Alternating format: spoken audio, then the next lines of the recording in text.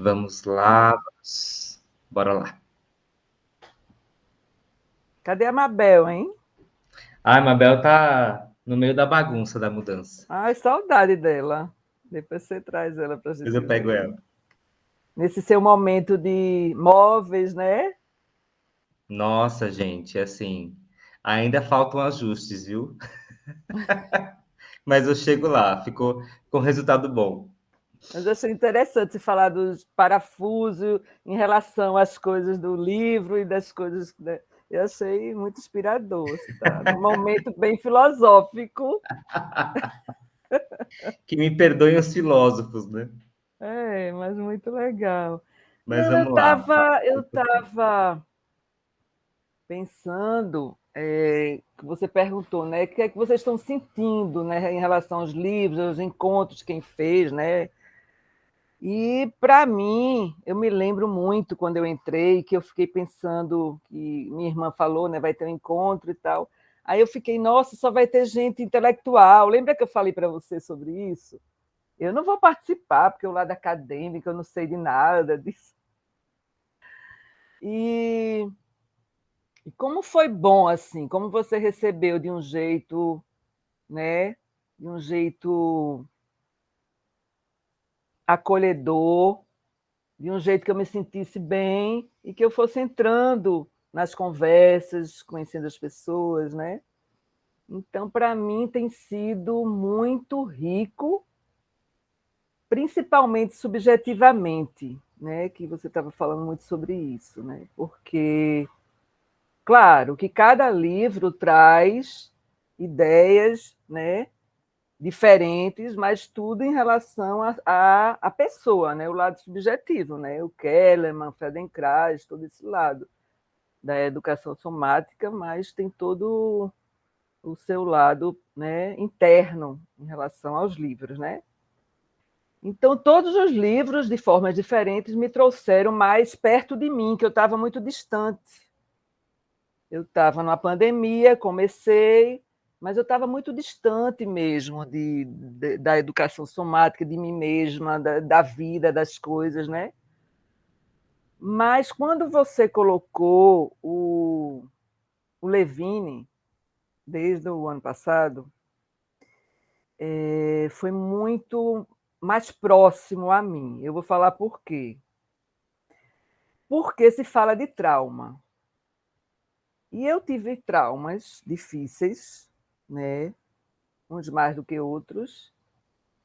Então, quando você está colocando o livro, eu estou corporificando o meu trauma. Eu estou vivendo. Então, cada palavra que você diz e que eu leio é como se estivesse acontecendo e eu reverberando dentro de mim, no meu corpo, todas as situações.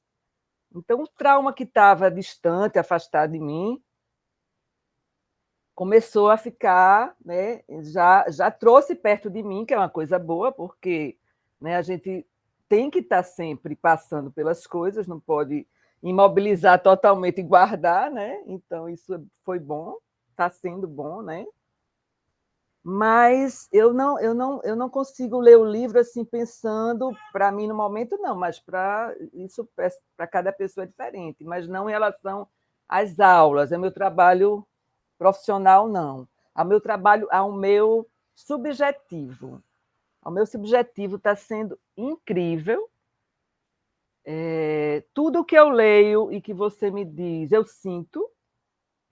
Tem uma frase, tem um parágrafo aqui incrível que diz assim: a imobilidade crônica produz os sintomas emocionais do trauma mais básicos: entorpecimento, desligamento, aprisionamento, desamparo, depressão, medo, pavor, fúria e desespero.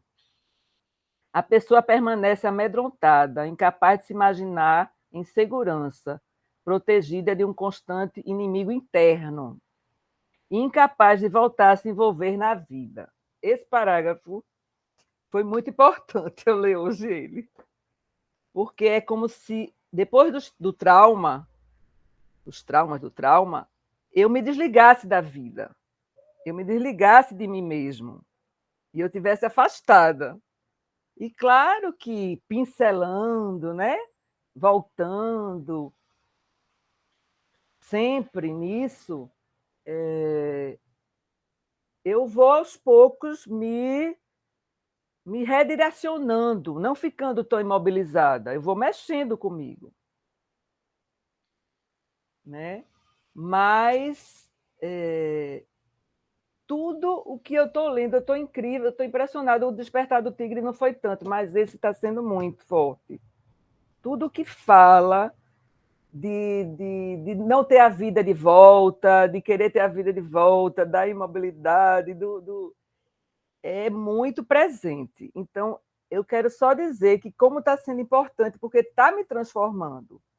Isso está me transformando, porque várias características que está acontecendo, desde sempre com os outros livros, mas com esse livro, eu estou tomando atitudes que eu não tomava. Eu estou alertando coisas que eu não estava prestando atenção. Eu estou enfrentando coisas, né, que eu não estava enfrentando.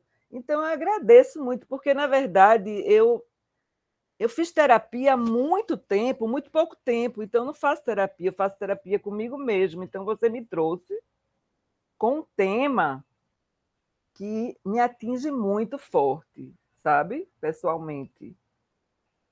Dói, dói. Tanto é que quando eu leio, eu fico sem respiração, eu fico com as pernas rígidas, eu fico querendo chorar, mas ao mesmo tempo eu tô de novo ligada a questões que eu não posso deixar despercebida, sabe? Eu estou assim colocando porque a gente está num grupo, né? E eu acho importante eu colocar isso e para dizer como, Maestro, você também, né, com a sua forma assim acolhedora, de uma inteligência emocional, de inteligência de passar as coisas, me traz transformações. Então, assim, não é um terapeuta, digamos, de consultório, mas para mim está sendo uma terapia enorme. E agradeço muito, muito a isso. E está sendo muito bom. Obrigada. Era isso que eu queria falar. Nossa, muito obrigado. Eu fico pensando, né? A gente, no encontro passado, no final do encontro passado, a gente finalizou se perguntando, né? A gente finalizou se perguntando quais eram as. Eu não lembro qual foi a pergunta que eu usei, mas quais eram. Qual era a nossa questão principal, né, na nossa prática? Uma coisa nesse sentido, né? E, e falávamos de ressonância terapêutica, falávamos de como trazer esses conceitos para a realidade, né? E não só operar esses conceitos em um lugar hipotético e idealizado, que é muitas vezes o lugar do pensamento acadêmico. Ele é um lugar apenas hipotético, idealizado, e que ele encontra pouco a vida, ou ele é percebido pouco na vida. E o ponto que a gente chega é o ponto que a gente sai, né? O ponto que a gente chega, na verdade, é o ponto que a gente sai, que é o ponto de nós mesmos. É o ponto de nós mesmos. Então, eu acho que esses estudos são retornos a si, são retornos a si próprio. Então, assim, quando a gente pensa em uma relação qualquer, essa relação ela só vai ser possível porque existe algo em você pulsando, sendo modificado, né? Oi, Alan, boa noite. Sendo transferido, sendo ressoado. Eu estou me sentindo diferente nesses grupos, né? Boa noite. E talvez não. Eu estou diferente. É um outro momento da minha vida, né?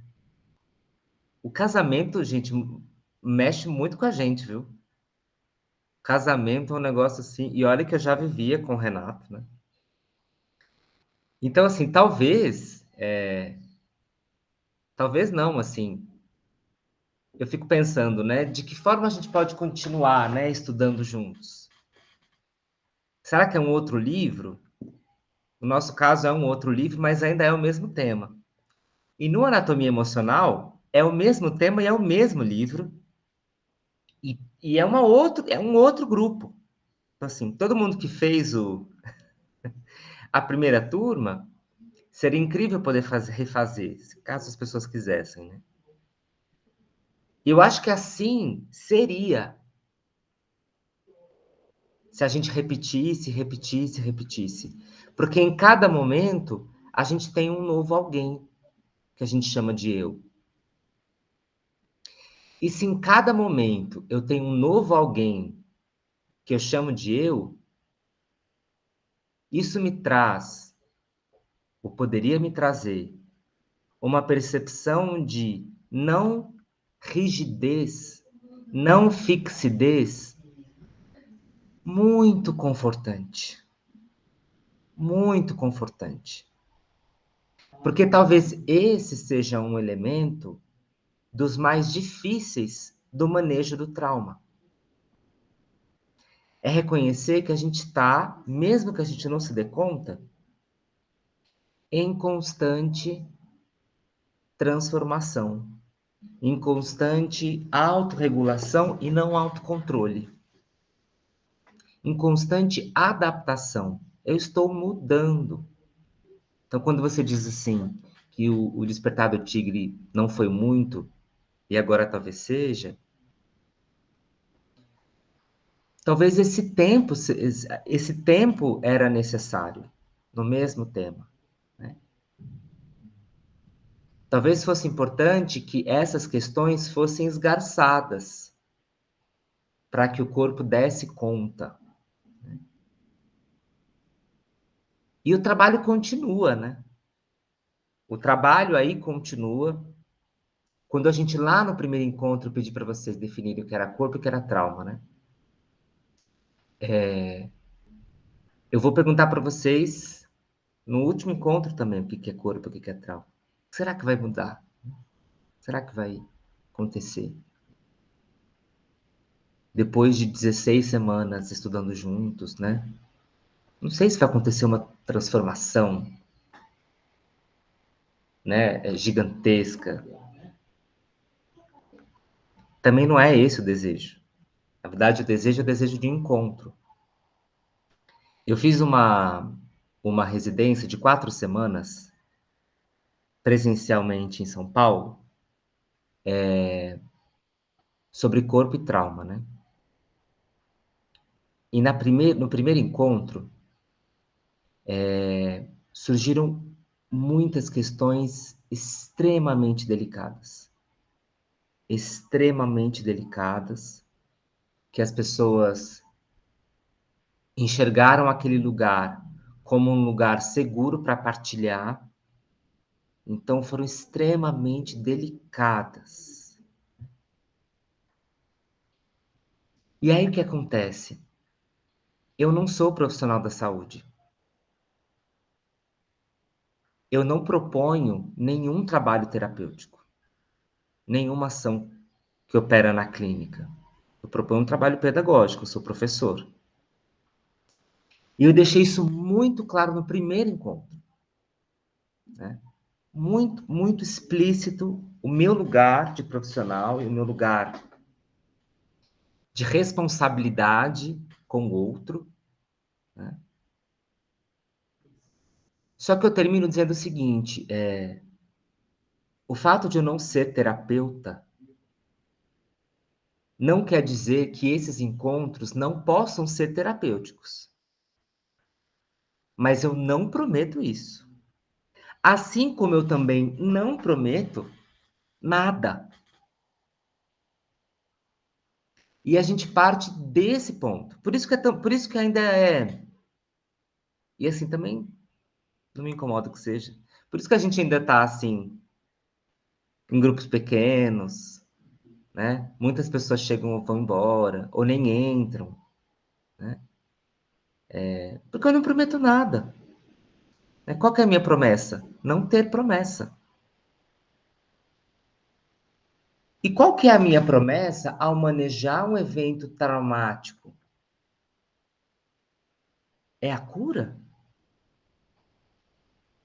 Será que isso não é um peso muito grande para carregar? Será que isso não me desloca num tempo presente, ou mais ou menos presente, em que o meu olhar ele está lá na frente e não aqui?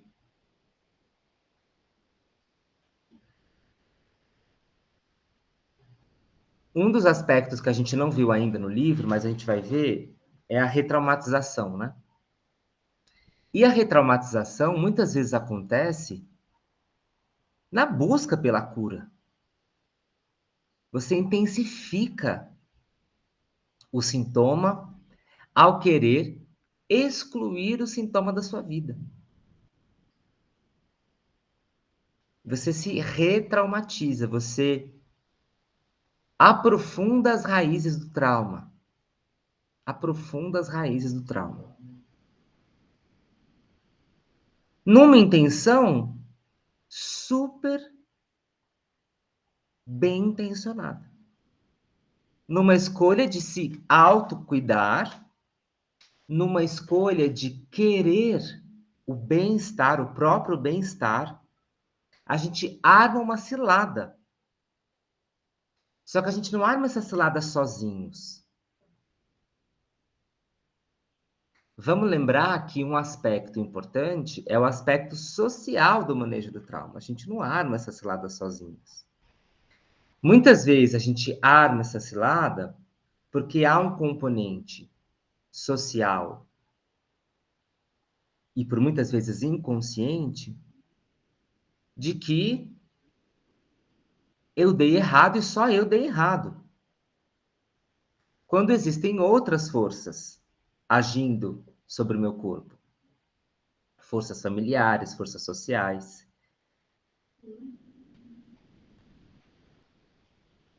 Então não é tão simples. Não precisa ser mais complicado do que já é, mas não é tão simples. E aí a gente volta para os princípios, né? Então, qual é o primeiro princípio? O primeiro princípio é a segurança para viver isso. Né? Então, se a sua garganta fecha, o seu peito aperta, se as suas pernas enrijecem, que você possa encontrar um lugar seguro para perceber isso. Né? Um lugar em que você se reconheça em segurança, para que você acolha o sentimento do corpo. E não é romantizar a dor.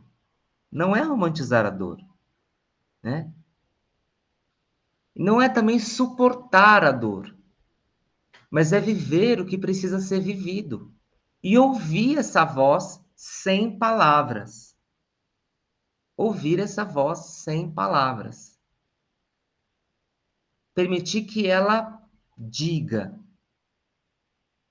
E ao dizer, passe. E você continue. Então, assim,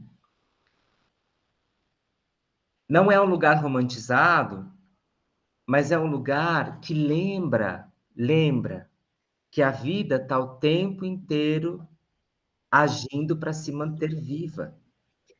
Oi, Emília, boa noite. E Oi, aí, gente, desculpa. às vezes parece que a gente não está. Já viram essa frase assim? Alguém está passando por alguma questão. Aí uma pessoa chega assim, mas você não se ajuda também, né? E parece isso, né? Parece que a pessoa não está se ajudando. Não é por aí. Não é por aí. A pessoa está se ajudando como ela pode. Pode, como ela pode.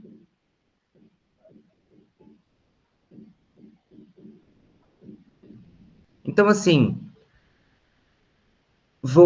ler esse livro,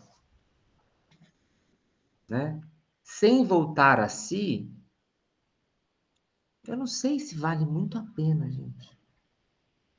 Talvez valha a pena como cultura geral, ou como curiosidade. Talvez valha a pena, sim. Sabe coisas que você lê? Ah, vou ler isso aqui. É interessante. Talvez valha a pena. Mas tudo bem. Que outras obras valem a pena de serem lidas se não, se não forem caminhos para o nosso espelhamento? Foi parte do depoimento que eu escrevi dos 2 anos da morte da minha mãe, né? Que foi assim, não foi um mar de rosas ter perdido minha mãe. Né? Não foi um mar de rosas. Continua não sendo. Agora, que lugar seguro eu encontro para viver essa dor? Né? Que lugar seguro eu encontro para viver essa dor? Quais são as estratégias? É uma estratégia, sabendo que a vida está tentando se manter viva e que eu aqui, por ter a oportunidade de um acesso mais consciente, em alguns aspectos, eu monto pequenas estratégias. Como as estratégias que a gente monta para cuidar de um joelho, para cuidar da coluna, para tirar uma tensão exacerbada dos ombros. Então, são essas estratégias. A gente vai adubando caminhos e estratégias não certeiras, estratégias borradas, portanto, estratégias afetivas, estratégias borradas. Então, acho que essas obras, tanto Uma Voz Sem Palavras, quanto o Despertar do Tigre, a própria Anatomia Emocional,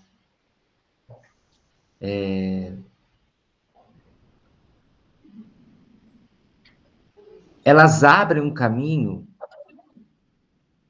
para que as pessoas possam se olhar. E aí, caso elas tenham uma profissão, elas apresentam uma profissão, que olhar o outro está diretamente exposto, então os terapeutas, as professoras e por aí vai, a gente tem o ponto zero, né? De onde eu parto? Eu parto de mim. Quando a gente vai conhecer um terapeuta, como é que a gente vai saber se vai dar certo? A gente vai conhecendo a pessoa. E não é que a gente conhece onde a pessoa mora, o que ela gosta de fazer, as escolhas políticas dela. Muitas vezes isso, talvez sim, talvez não, mas você vai entendendo como aquela pessoa conduz um diálogo, como aquela pessoa conduz uma relação, como aquela pessoa cria um laço com você. É por isso que você só descobre depois de um tempo. Depois de um tempo que você descobre. E por isso que é tão difícil, não é tão simples. E não só para as terapias, para as psicoterapias, mas mesmo para as aulas de movimento. Porque é como se a gente estivesse em busca de um laço. É isso que a gente está em busca quando a gente procura. E esse laço, às vezes, acontece, às vezes não acontece. Que é muito diferente de uma relação institucionalizada. Então, assim, eu já tive e continuo tendo relações institucionalizadas. Então, por exemplo, a minha relação com a universidade, ela é institucionalizada. Apesar de eu ter muita sorte de que o meu orientador, é alguém que eu tenho um laço afetivo muito grande. Agora, dentro dessa relação institucionalizada, eu tenho experiências péssimas. Péssimas. Agora, faz parte do pacote. Faz parte do pacote dessa relação. Agora, as relações que a gente cria aqui no Deixa Mover, elas não são institucionalizadas. Elas não partem do pressuposto em que eu vou ofertar um certo signo institucional que tenha um valor jurídico. Quem quiser terá certificado ao final do grupo. Isso tem um certo valor jurídico para algumas situações. Mas não é essa a relação. Essa não é a base da relação. E é por isso que a gente... Eu acho que esse é o... E assim, não estou falando que esse é um grande diferencial. Não, não é isso. Assim, eu só acho que eu não vejo outro caminho para que essas obras elas possam ser vividas. E não para que elas possam só ser lidas. Porque para essas obras ser lidas, gente, assim, entendeu? É só ler. É só ler. Agora, algo acontece que essas obras não... Não é que elas não estão sendo lidas, assim, elas até estão sendo lidas, mas assim, se essa obra ela só é lida e ela não diz nada sobre você, eu acho que ela foi muito aquém do que poderia ser. Né? Assim como outras obras, não só essas. Né? Eu estou aqui quebrando a minha cabeça, vocês não sabem assim, quebrando a minha cabeça para decidir as obras do segundo semestre. Quebrando, vocês têm ideia. Para gente tinha que ter 10 grupos, sabe? Mas não vai ter. Né? Assim, qual a escolha que nós fazemos? Eu estou tentando, e aí daqui a umas semanas eu vou buscar a ajuda de vocês. Mas eu estou tentando fazer com que não seja só minha escolha. Mas também vai ser minha. Também vai ser minha. E sempre vai ser nosso. Sempre vai ser nosso. E se sempre vai ser nosso, se eu precisar manejar uma situação, ou se eu precisar manejar um sintoma fruto de um evento que foi traumático para mim, onde eu vou buscar? É esse o ponto. Eu vou buscar na minha própria experiência. Né? Enfim, fale mais. Deixa eu só ligar a luz aqui, que eu tô ficando cada vez mais escuro. Daqui a pouco eu só tô uma mancha branca aqui desfocada. Espera só um pouquinho. Eu já ia perguntar se o maestro estava sem luz, porque eu demorei para chegar, porque eu estava sem luz e sem internet. Eu falei, ué, será que o maestro está também? E olha que aqui faltou luz também, porque choveu bastante, mas tava tudo desligado, assim. Aí eu falei. Só quando eu comecei tava claro, né, Adriano? Depois escurecendo, daqui a pouco só tem uma manchinha branca. Vamos lá. O que mais? Eu estava também pensando, mas em relação. Eu gostei muito que a Jamile falou no outro encontro também sobre o trabalho dela, né? Como fisioterapeuta, né? E aí eu estava pensando na educação somática, assim, quando esse encontro, quando eu dava aula, eu estou dando pouco, mas quando eu dava aula, assim, de chegar na pessoa, né? Da pessoa sentir, né? O movimento, sentir seu corpo, o espaço, né? Suas sensações, todo esse trabalho. Mas nenhum momento, nenhum momento durante essas aulas que eu dei durante anos, não chegou assim nada de tão estamos ao ponto assim, de alguma coisa muito interna, entende o que eu quero dizer? Talvez tão íntima. Talvez seja isso que eu queira dizer, de alguém, assim, entende? A sensação, talvez, de um braço diferente do outro, entende? A sensação do peso dos pés no chão. Melhorou a dor, mas, assim, comigo, nunca tive experiência de alguém para tocar em algum assunto mais íntimo. Talvez foi tocada, assim, de uma coisa externa. Uma aluna chegou para mim chorando porque tinha separado, aí eu coloquei umas bolinhas nela, ela veio fazer pilates, só que minha aula não é pilates. Aí eu fui entender que ela estava separando, fui acolher ela. E aí depois ela espalhou que meu pilates era diferente de todos, mas não é isso que é diferente de todos. O meu acolhimento foi diferente naquele momento para ela, entende? Mas, assim, eu queria saber, assim, Jamília até já falou, algumas pessoas já falou, até que ponto a educação somática, os trabalhos do corpo e tal, chega a liberar essa coisa mais interna, mais profunda de alguns traumas.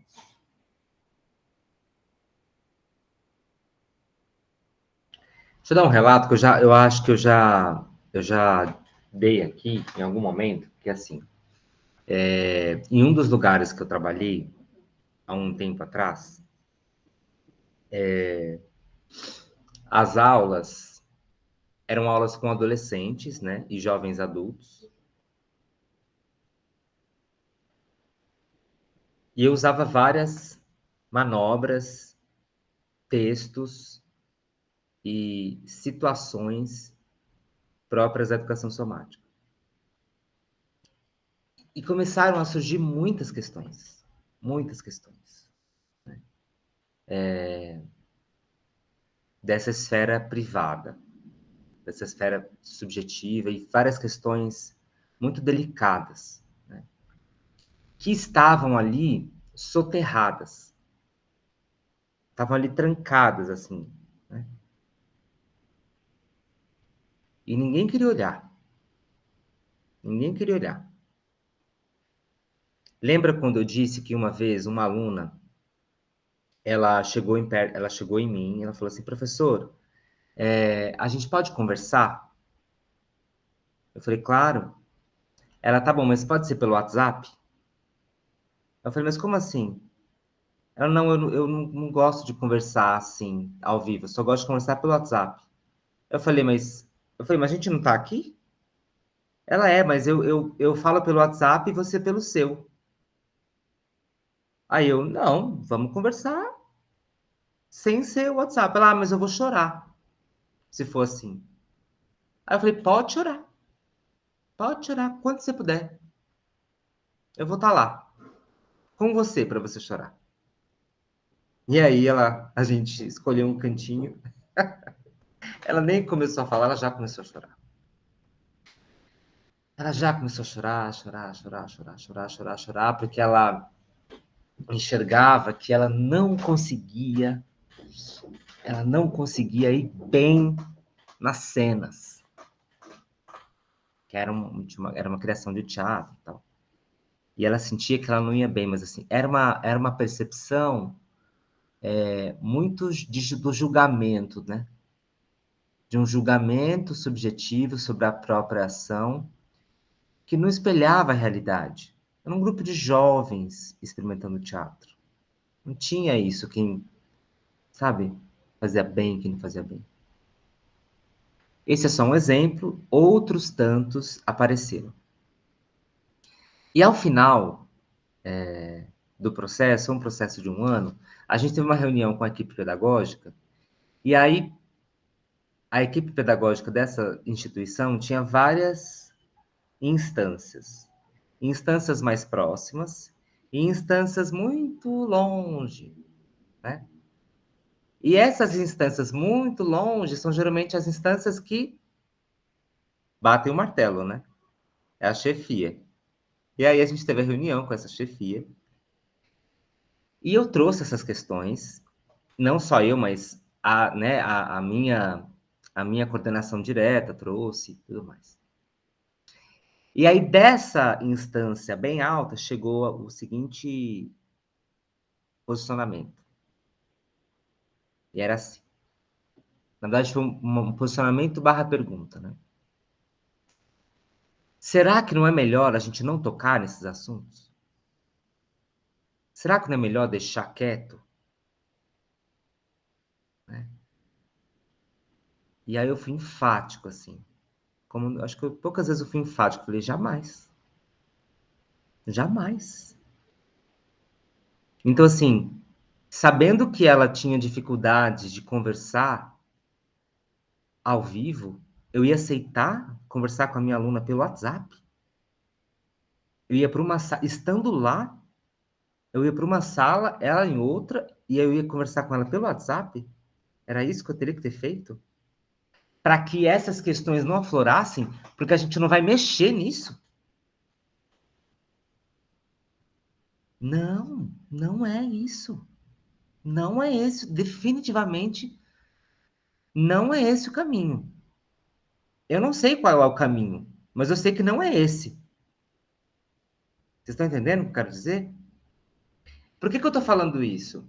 Porque a nossa prática, balizada por esses sistemas de relação, por esses textos, por essas práticas, vão abrir essas caixinhas.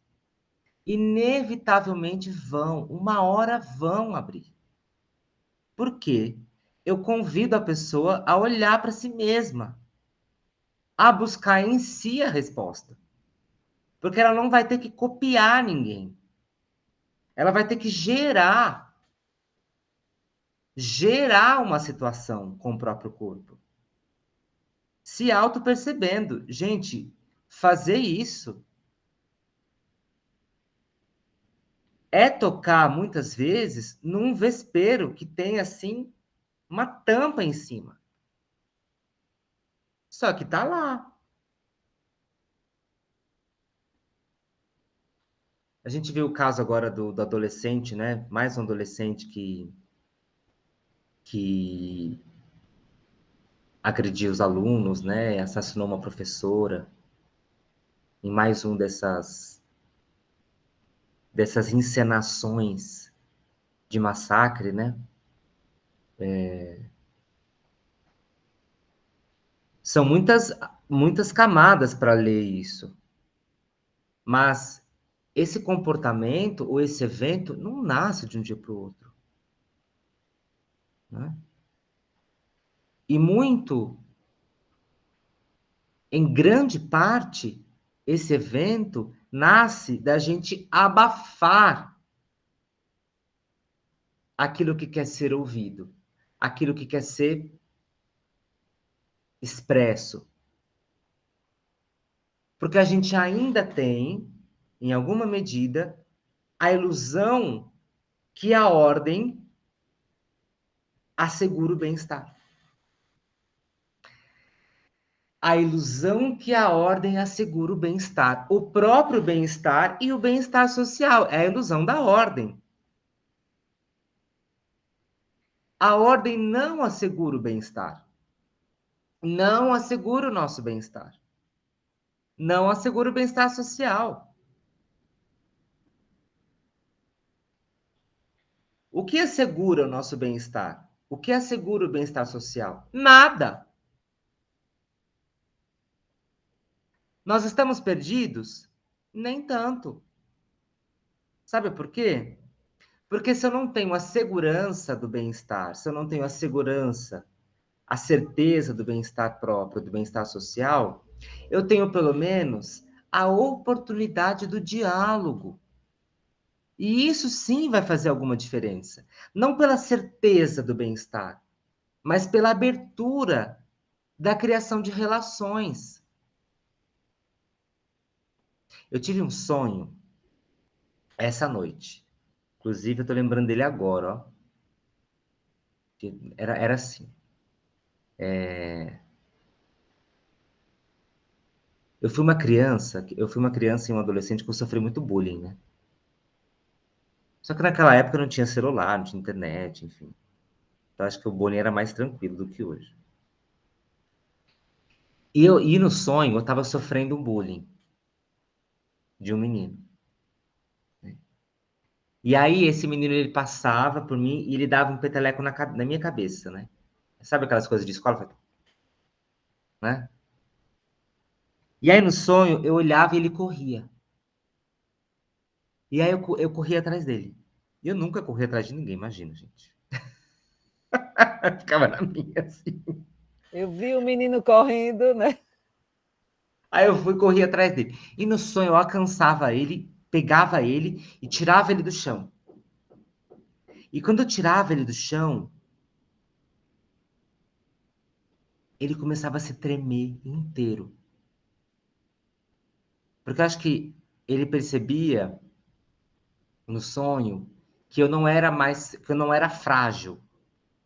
E que naquele momento as posições de fragilidade e força haviam se invertido, né?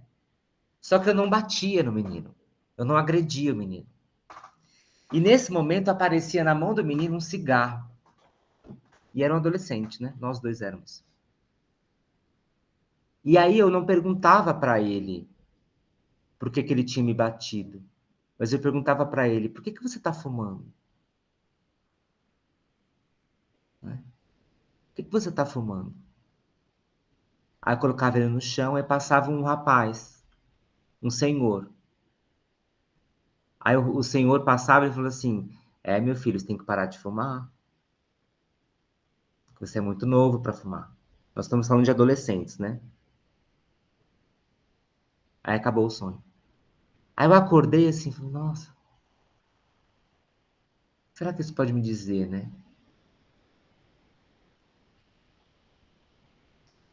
Será que será que o que a gente está fazendo enquanto profissionais do movimento, profissionais que se ocupam em criar relações, será que o que a gente está fazendo, na verdade, não é fomentar a abertura dessas portas, dessas janelas, dessas tampas, que saem coisas lindas e que saem coisas horríveis? Eu acho que sim, gente. Eu acho que sim. Isso faz parte do nosso trabalho, né? De inclusive entender como eu proponho um lugar seguro para o outro e para mim. Para o outro e principalmente para mim. Não que o outro seja menos importante, mas não é, eu uso principalmente porque tudo vai partir desse estado esse estado daqui. Então, eu acho que é inevitável que isso aconteça.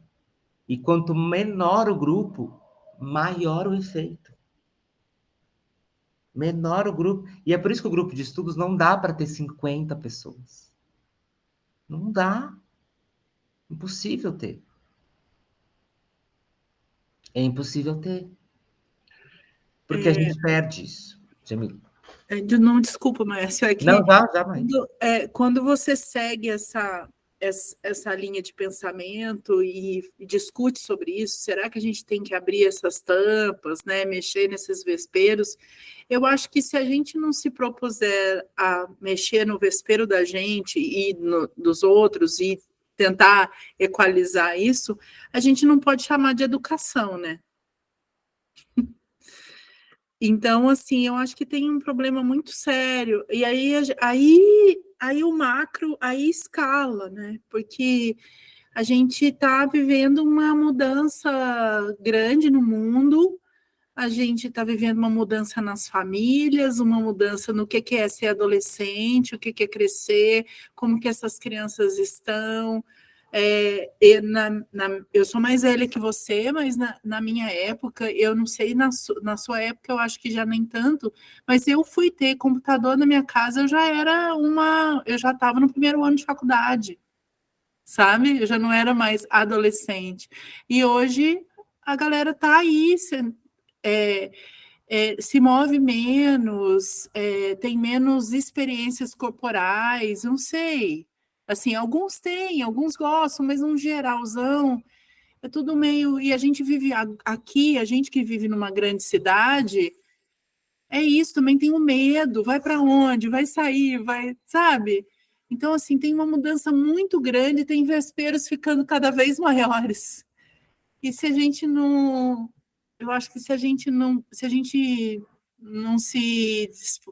não tiver disponível a mexer com isso, eu acho que a gente não tem que usar o nome educação, sabe?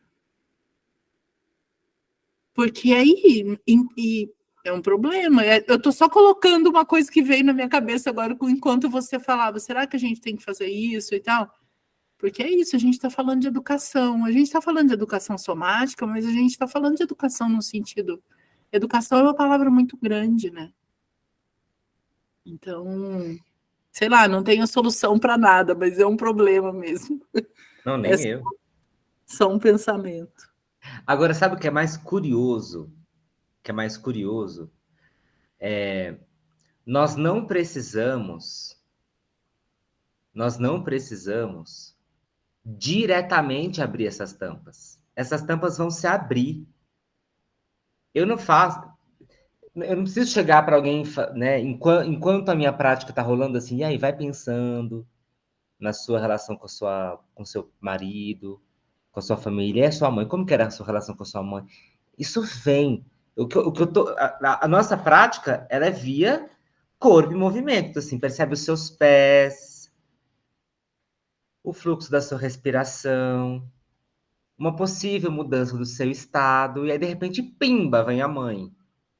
Pimba, vem o namorado. Pimba, vem uma relação na escola. Isso vem. Onde é que a gente pede? Se vocês lembrarem bem, o Alan não vai lembrar, com certeza, porque ele não estava. Mas se vocês lembrarem bem, no primeiro encontro, eu pedi assim para vocês definirem o que é corpo, o que é trauma. Vieram várias experiências traumáticas, subjetivas, vários relatos pessoais. Vieram. Mas eu não pedi isso. Eu não pedi para ninguém falar como que era a relação com a mãe, como era a relação com o marido, como foi a pandemia. Não pedi nada disso, agora veio. Entende? Então, assim, era para vir. Era para vir. Se veio, era para vir. Gente, eu acho que assim, se veio, era para vir. A frase não é muito bonita, né? Não é muito poética. Vamos combinar que, né, sonoramente, se veio, era para vir. Tem uma sonoridade muito interessante, mas é por aí. Se veio, era para vir. Eu marquei uma massagem amanhã, né? Que eu tô precisando, né? E aí o que acontece? É uma massagem. Na verdade, assim, o cara, bárbaro, assim, ele faz liberação miofascial e tem umas coisas assim que dói pra cacete, assim, sabe? Dói, assim, nossa.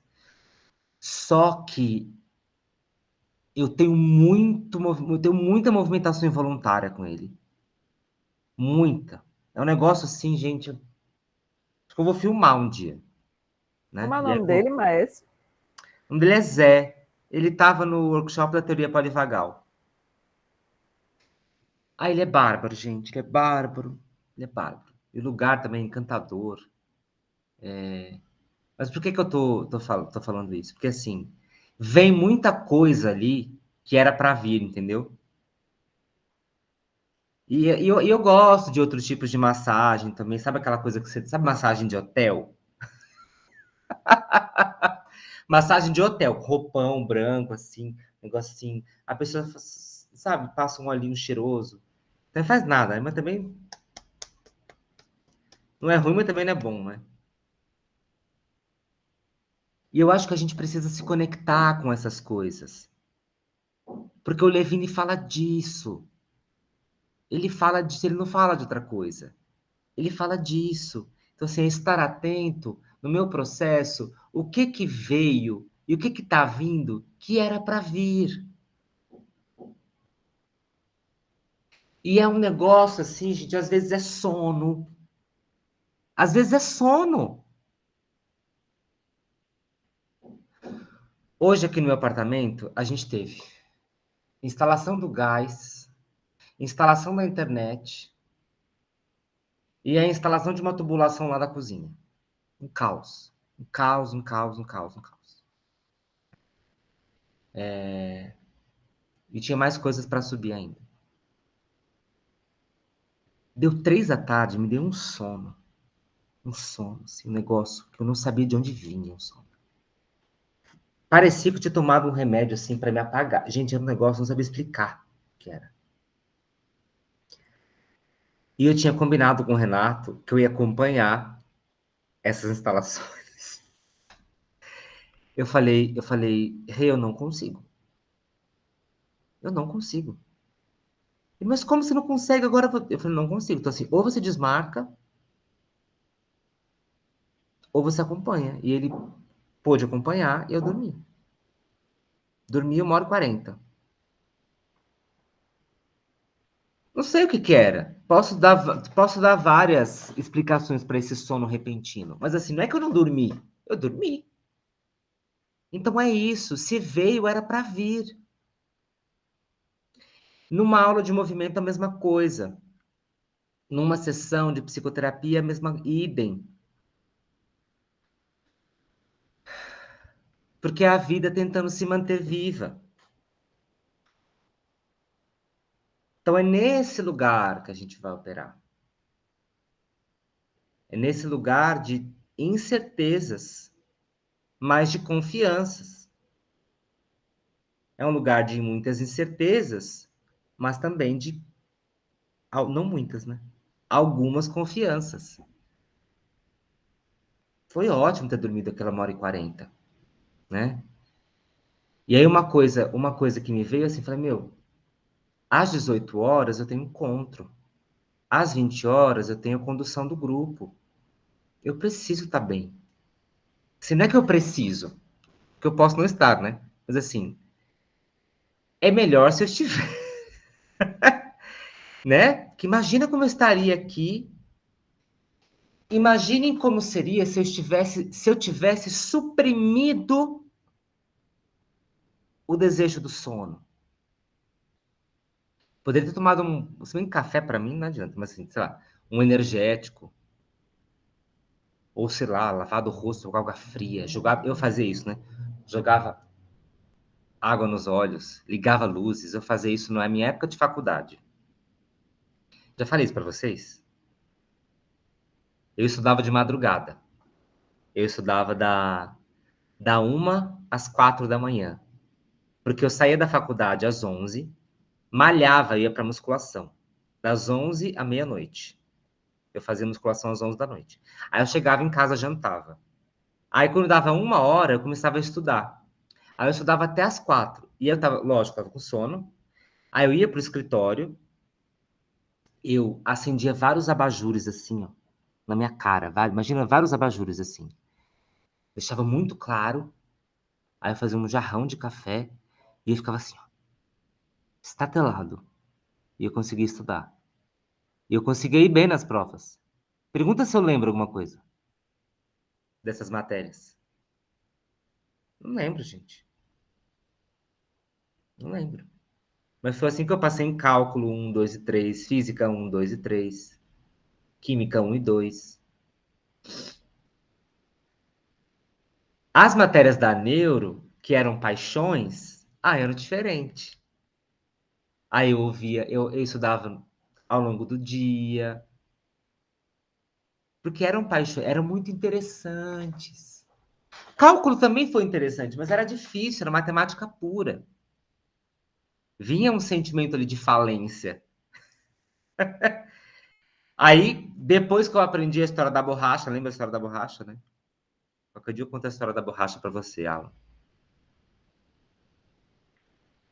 Então, assim, gente, eu tô querendo dizer o seguinte.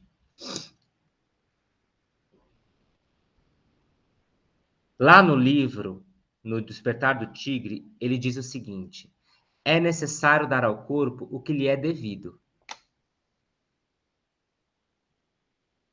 E essas dívidas que a gente faz com o corpo, muitas vezes é pela supressão dos pedidos do corpo. Eu conto na próxima sessão. essa história da borracha. Não vou contar.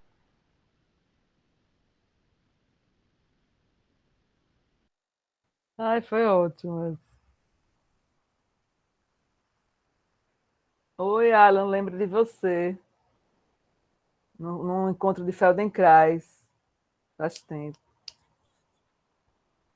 Não estou te escutando.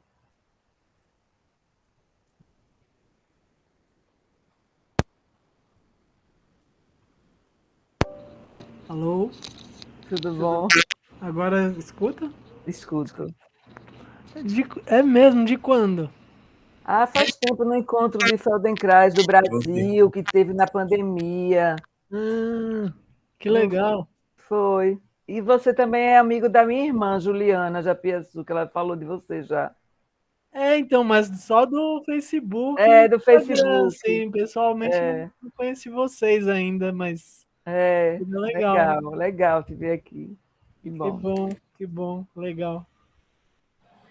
Deixa eu só contar a história da borracha pro Alan. Mas assim, eu tinha um professor de matemática que eu ia muito mal nas provas dele. E eu tava assim, enlouquecendo, porque eu ia repetir essa matéria, né? E aí eu procurei ele falou assim. Ele falou, olha, sabe por que você não vai bem na minha matéria? Que você não tem uma boa borracha. Aí ele era um senhorzinho, assim, nem sei se ele é vivo ainda, gente, porque ele já tava, assim, muito, muito debilitado. Aí eu não entendi o que ele falou, né? Aí eu procurei uma amiga, eu falei assim, amiga, ele pediu pra comprar uma borracha, ele falou pra comprar uma borracha boa. Aí ela, sério? Ela, sério. Aí eu falei, qual a melhor borracha que você conhece? Ela, é Pentel. É a borracha dos arquitetos. Eu falei, nossa, aí eu fui na papelaria, R$ 60 uma borracha. Aí eu falei, meu Deus do céu. Aí comprei a borracha. Nossa, a borracha que deve ter alguma coisa nela, né? E aí eu comecei a estudar e usar a borracha. E eu tenho essa borracha até hoje, gente. Tenho essa borracha até hoje guardada. E essa borracha, quando você usa ela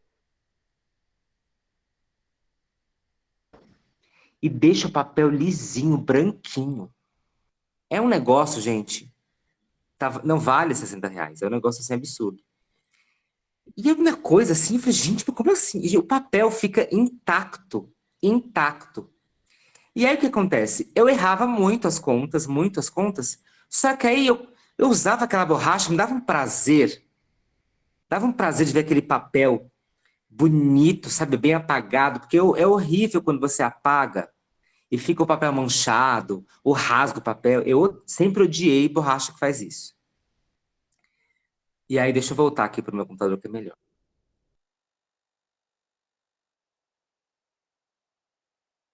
E aí eu entrei nessa de apagar muitas vezes. E eu comecei a ter prazer em apagar o que eu errava.